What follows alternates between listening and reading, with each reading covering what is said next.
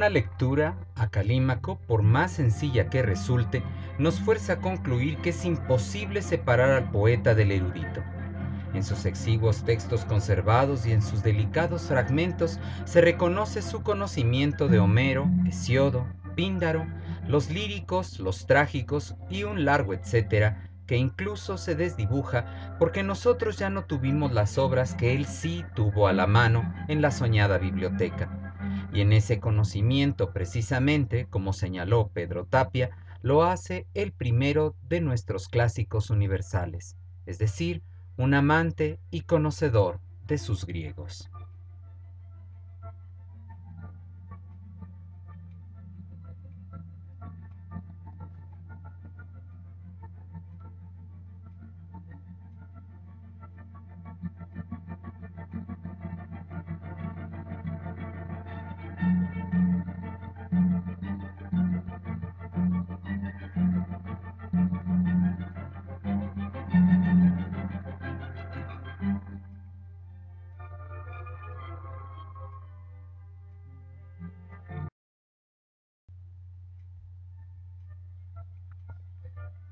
Sin embargo, Calímaco concebió que aquellos gigantes literarios eran dignos de respeto y admiración, pero no de emulación servil.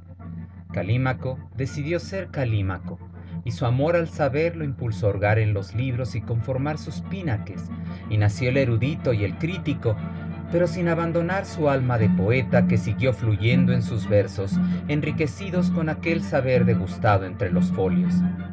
Calímaco es épico y homérico, es lírico y pindárico, es dramático y euripidio, pero todo ello muy a su manera, apartándose de la fuente común, aborreciendo la inconsistencia y despreciando los caminos trillados.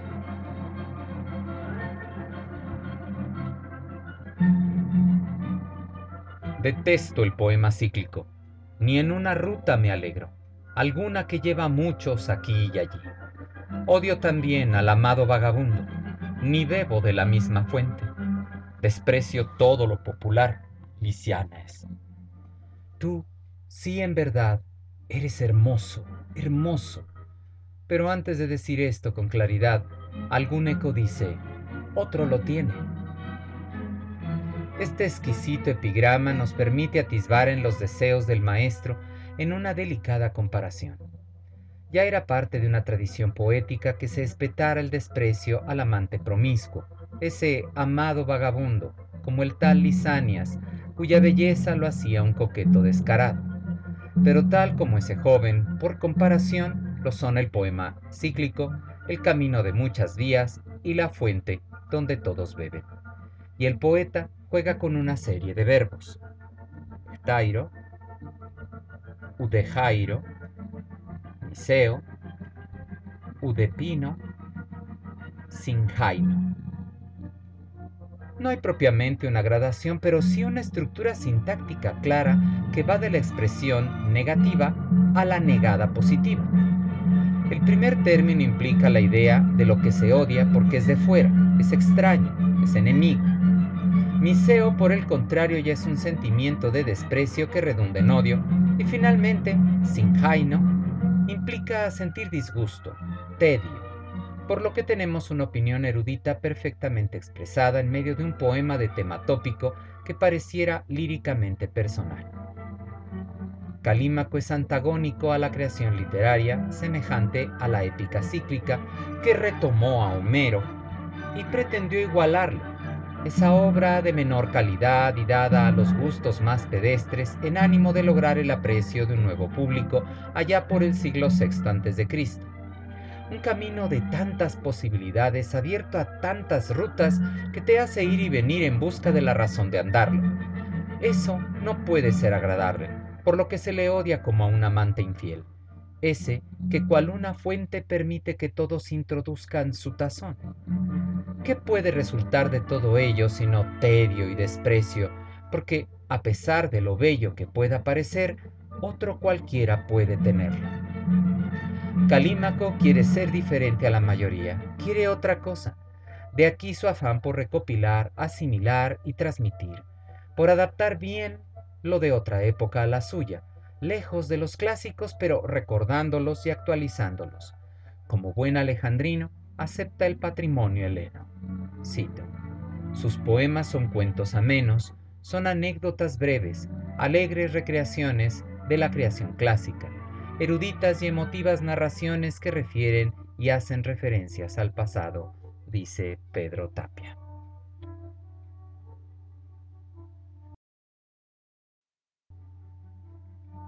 Las críticas al estilo de Calímaco han sido tanto positivas como negativas. Sus detractores lo culpan de suplir con una erudición obscura su carencia poética. Se le califica de artista vacuo y poco serio, artificial, más preocupado por el régimen que por crear. No obstante, todas esas impresiones parten de una lectura romántica que soslaya las virtudes del racionalismo provocativo y emotivamente profundo del Cireneo, que es personal pero rebuscado, que es heroico pero humanizado, que es anecdótico pero filológico. A pesar de no concordar del todo con la idea del perípato, Calímaco es un declarado propagador de la lengua como base del estilo. En cada parte del discurso poético, a saber, inguentio, dispositio et elocutio, sabe crear y recrear con base en la sapiencia antigua. Como ya apuntaban los sofistas y recalcó la filosofía, la invención era más el fruto de la investigación que no de la mera creatividad. Así, al tocar el tema de los dioses en sus himnos, lo hace recordando a los grandes olímpicos, con su religiosidad severa y fantasiosa mitopoiesis, siempre respetuoso, pero siempre inventivo, erudito y místico. Tal vez la nota de mayor claridad al respecto es el trato homéricamente cotidiano de los dioses. Con Calímaco volvemos a tener deidades cercanas y humanos que se veían en el campo troyano de la Ilíada. Pero el creativo alejandrino nos permite atisbar en la vida diaria menos grandilocuente.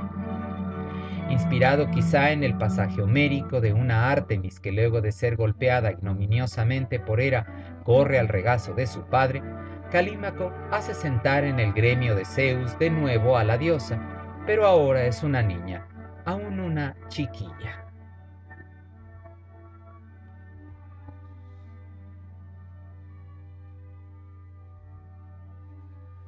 Dame a guardar, papá, virginidad eterna, y muchos nombres, para que conmigo no dispute Febo.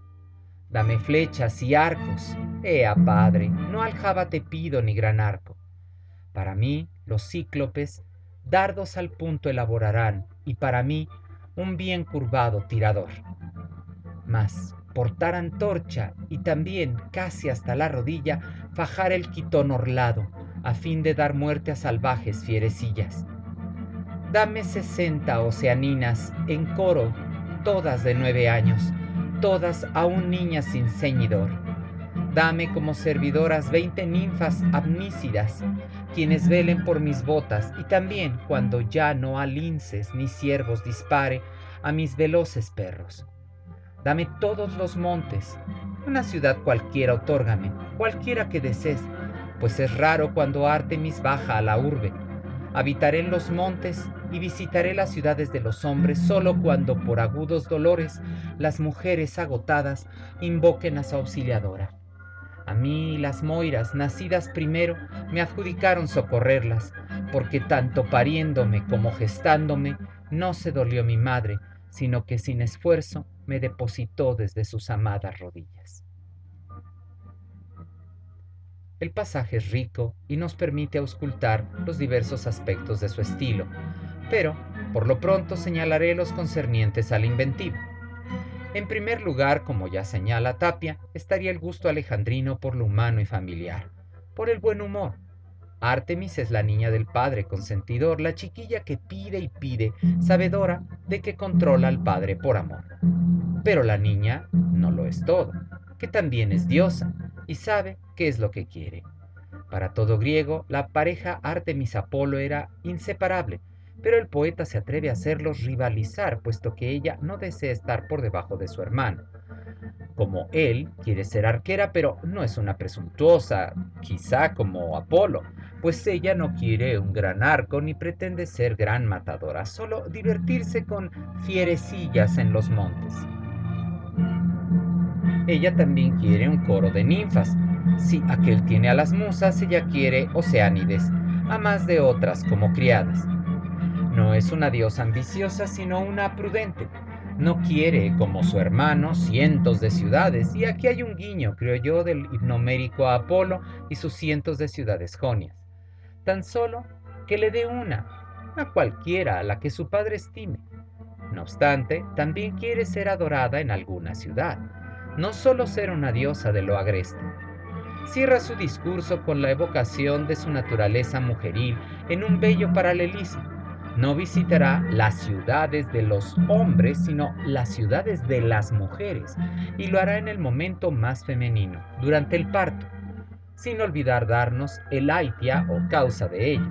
Su madre no sufrió por su embarazo, ni cuando la llevaba, ni cuando la dio a luz. Cuán diferente de Apolo.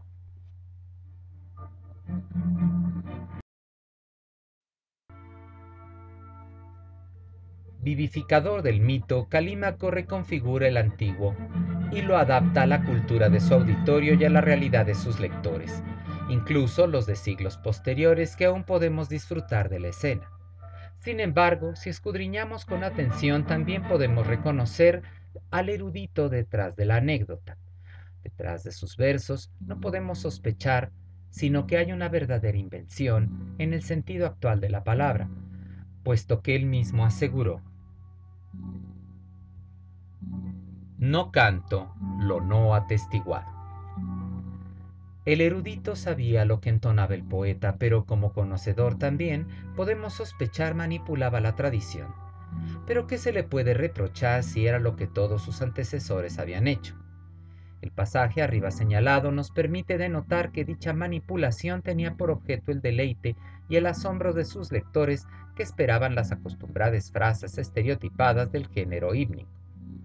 Cito: la invención de Calímaco, humana hasta retratar a los dioses en las circunstancias más terrenales de la vida ordinaria, erudita hasta perder a sus lectores en las obscuridades más profundas de la biblioteca de Alejandría, y segura de su capacidad a fin de introducir manipulaciones míticas siempre oportunas, siempre bien pensadas, siempre geniales y tan dignas de admiración y respeto que muchas nos han llegado como si se tratara de los temas más elementales.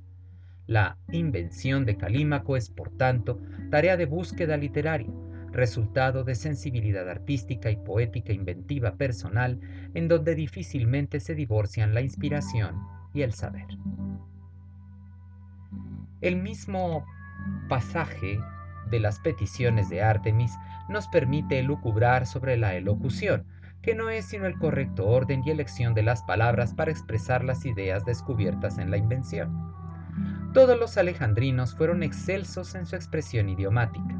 Calímaco no es la excepción y se reconoce en el gusto de los jápax, los arcaísmos y los neologismos que cargan de majestuosidad su discurso y a la vez elevan a sus lectores al nivel del sabio, pues no rebaja su lenguaje a fin de hacerse entendible, sino lo rebusca a fin de forzar la mente de quien lo lee.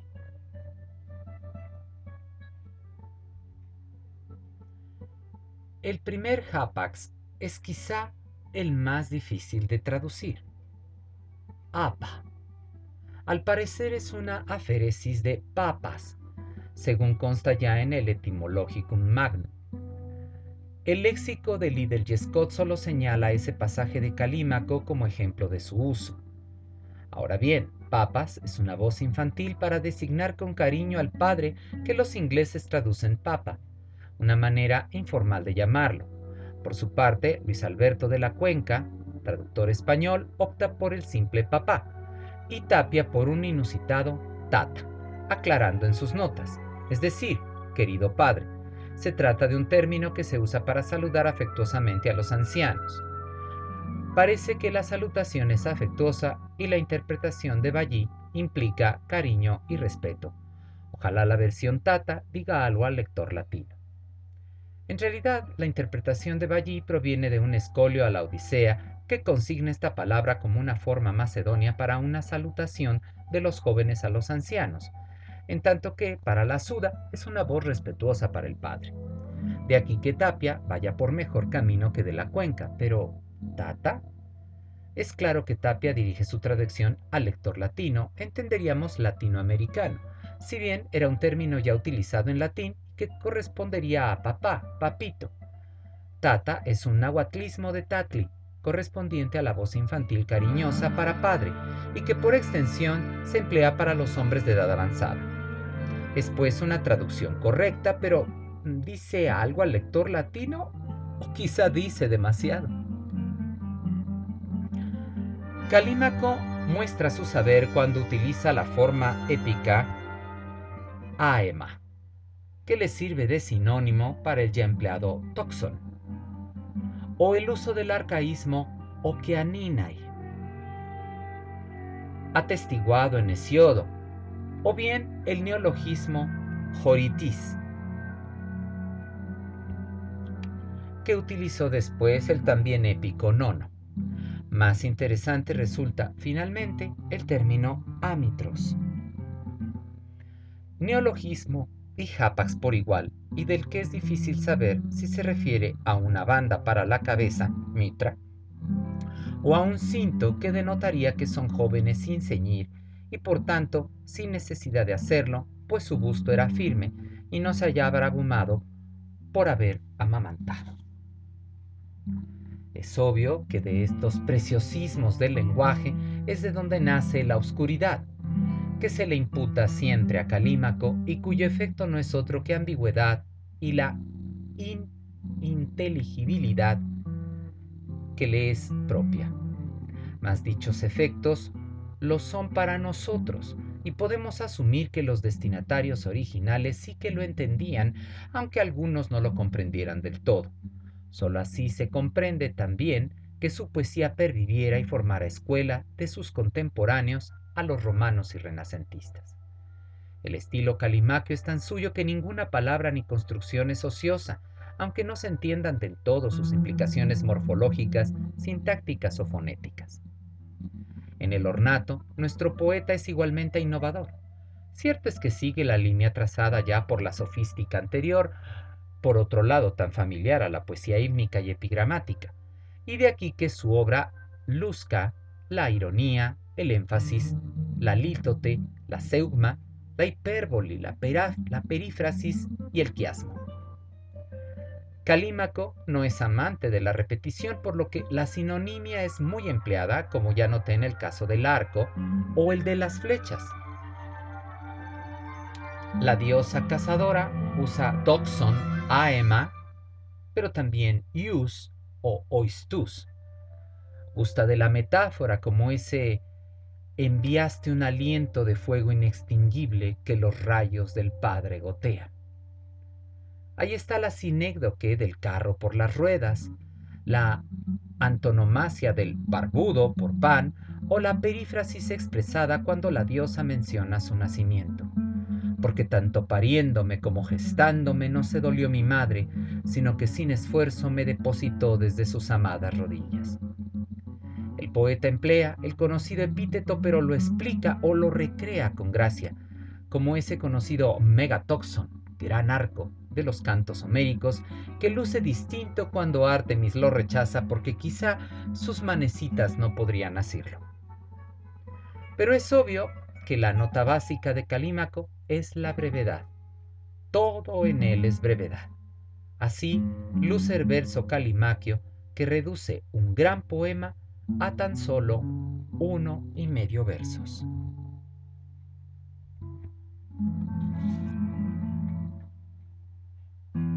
Mucho alégrate, altísimo Cronida, dador de bienes, dador de cosas sin sufrimientos. Tus obras, ¿quién cantará? No ha nacido, no existe. ¿Quién pudiera cantar las obras de Zeus? Puesto que Calímaco es brevedad en los poemas, en las narraciones, en las construcciones, lo cual ya es un reto para la tradición antigua que se torna nuevo modelo de construcción poética, se convierte así en el puente tendido entre lo arcaico y lo clásico, con lo helenístico y lo latino imperial. Y lo amaron aquellos que fueron como él, estudiosos y poetas, los poeta novi, como Catulo o Propercio, y los augusteos Virgilio y Horacio, incluso el indolente Ovidio, todos ellos deudores de un estilo que no cualquiera se atreve a sondear, temeroso de perderse en las profundidades de la erudición convertida en poesía.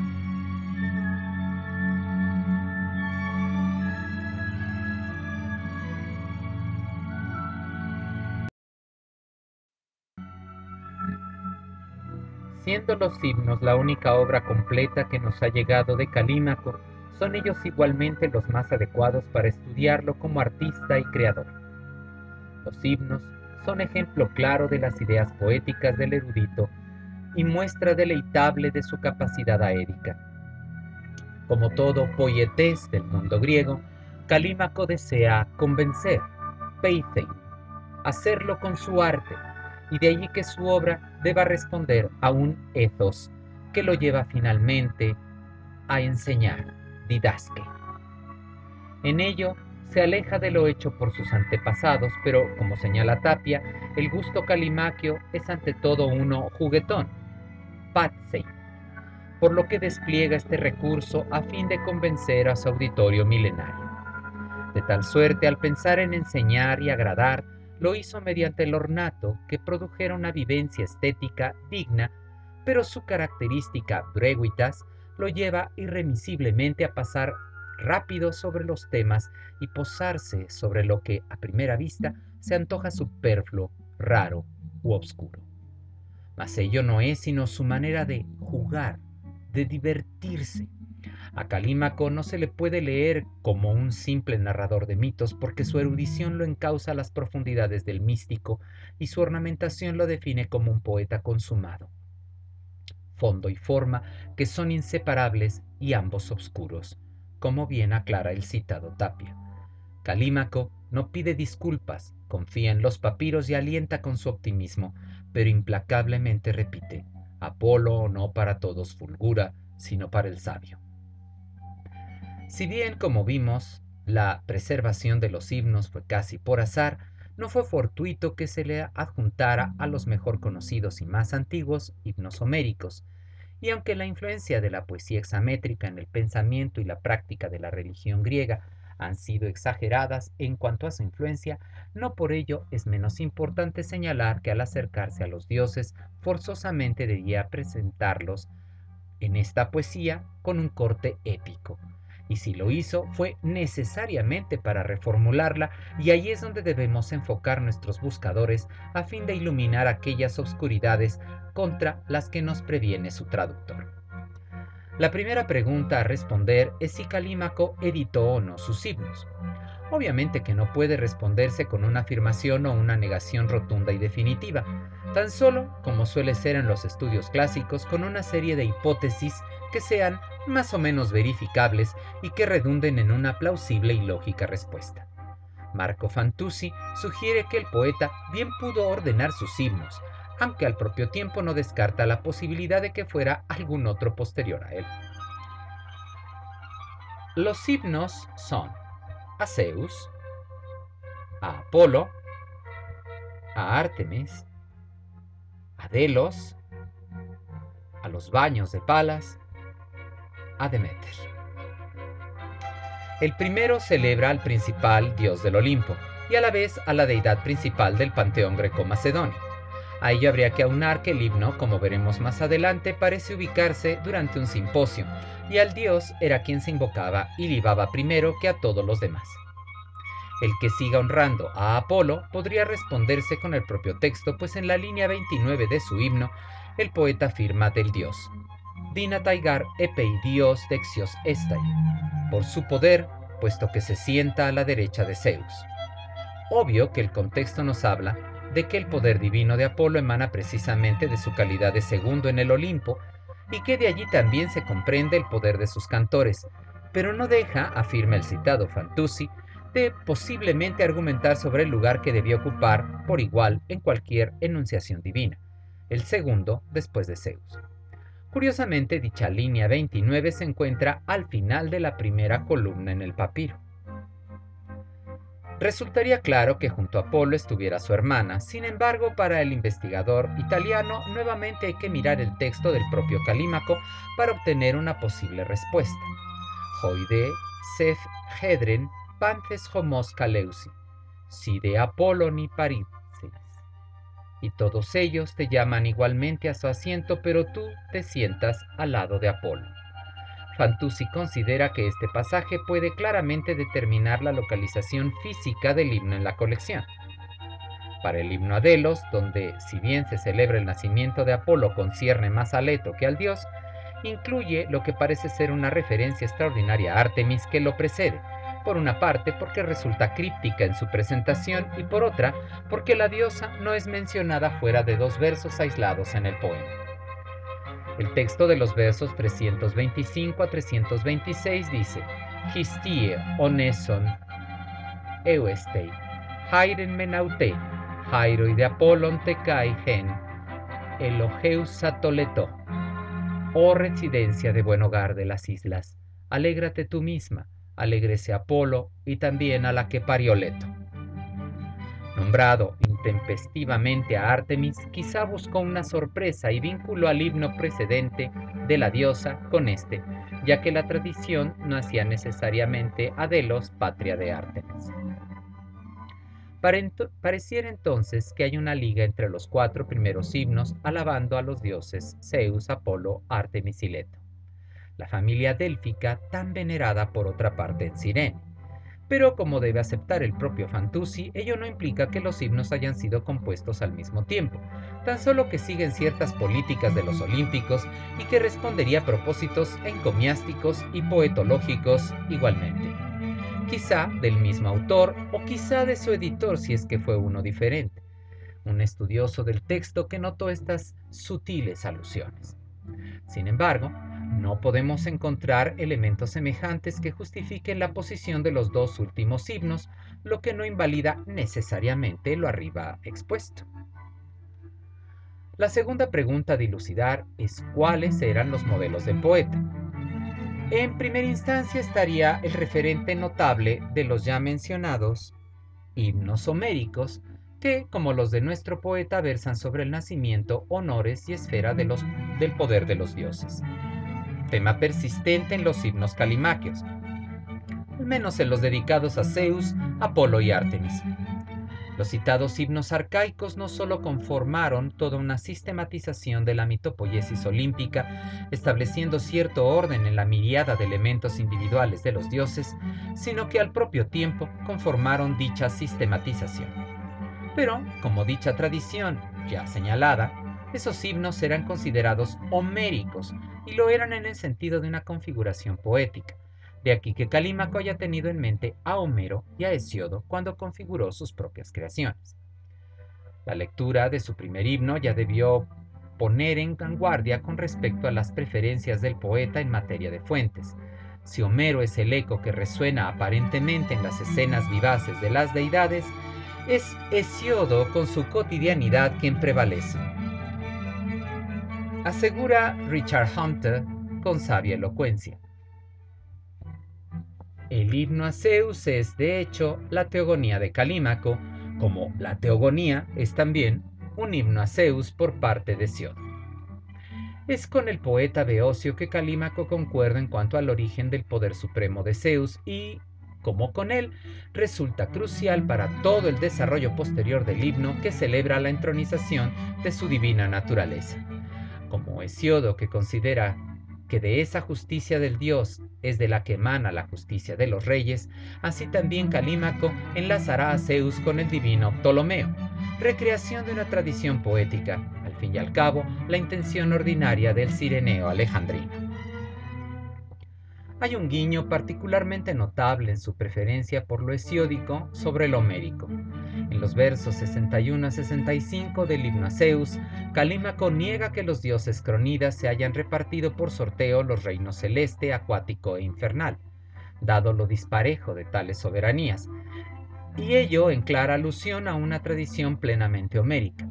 por lo que se apresura a referir el Cireneo.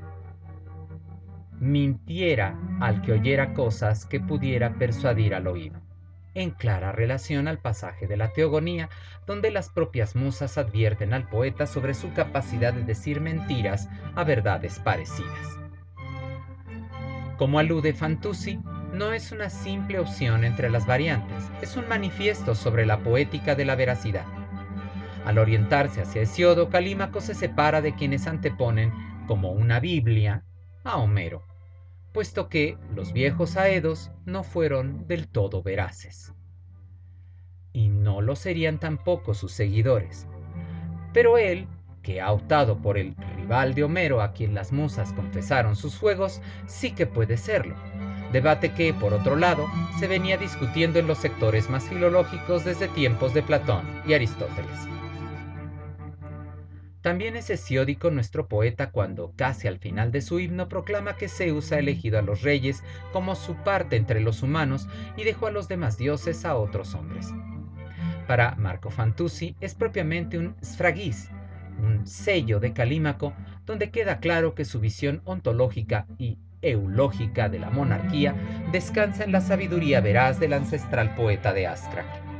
Quizá por este gusto hesiódico es que los dioses de Calímaco, a pesar de que parecieran en más de una ocasión presentarse con la viveza propia de aquellos que andaban en Troya o rescataban a Odiseo, suelen presentar un carácter majestuoso y digno más acorde con los genealógicos principios de la teogonía.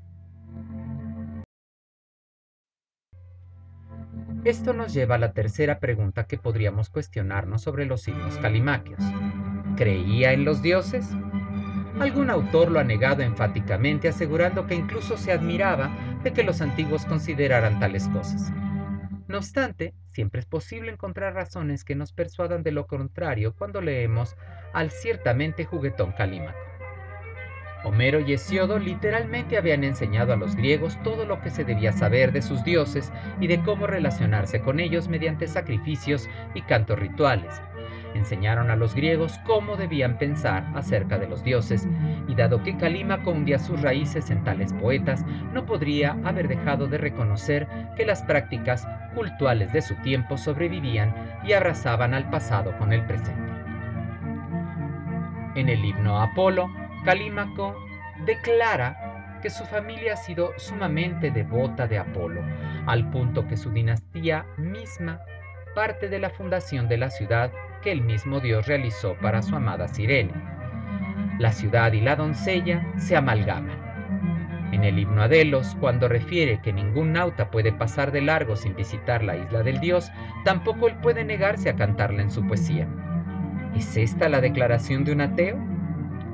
Cuando Calímaco alude a las mentiras de los poetas anteriores, no es para denostarlos a todos, sino para diferenciar a los veraces de los que no lo son, por lo que no es una admiración sobre lo crédulo de sus antepasados, sino de su incapacidad de discernimiento sobre lo que mejor se puede decir al respecto, algo que con sabiduría, esa que tanto ama Apolo y que el poeta pregona, se puede conseguir. Negar a los dioses hubiera sido negar a los reyes, por lo que la blasfemia devendría en ataque de lesa majestad. Así lo expresa nuestro poeta. Malo es disputar con los bienaventurados. Quien combate a los bienaventurados, a mi rey y a Apolo combate. Desde tiempos inmemoriales, desde que los propios dioses se habían manifestado a los humanos, lo hicieron mediante la estatua de culto, el ancestral Shoano, que en más de una ocasión había caído del cielo, como aquel apreciado Paladión de Troya, que incluso los romanos aseguraban Eneas transportó a Roma. Por lo que la imagen de culto no solo fue el centro de la veneración como símbolo y presencia del dios con los hombres, sino también podemos reconocerla como centro de más de una narración de Calímaco. El fragmento 7 del poeta confunde claramente a las diosas Cárites con las estatuas que en Ánafe se veneran, y en el fragmento 114 parece evocar un diálogo entre la estatua del dios Apolo en Delos con el mismo poeta.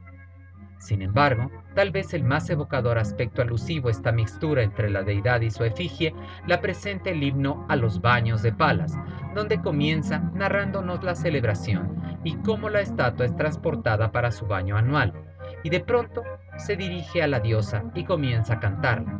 Poesía, tradición, culto y epifanía son una y la misma cosa. La creación hímnica guardaba en su construcción poética desde tiempos de la lírica arcaica, y sospecharíamos desde antes, la idea de que se invocaba al dios por medio de ellos. Calímaco no podía ser ajeno a esto tampoco, y más porque era una práctica ritual común en la edad helenística. Para Albert Henricks es algo que se reconoce claramente en los himnos que le consagró a Apolo y a Atena, donde recibe la Haris de la deidad. El aspecto cúltico de tales epifanías se puede señalar como parte de un grupo, de una cofradía helenística que guarda íntima relación con el viejo Thiasos. Si bien dicho grupo no son ya los sabios, por lo menos los sabios poetas, y esto lo declara el mismo Calímaco.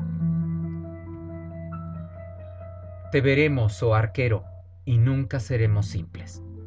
Y Richard Hunter aclara: esta no es solo una pía esperanza, está confeccionada claramente con el final del poema en el cual Apolo realmente apareció a los lectores de Calímaco para confirmar sus principios poéticos.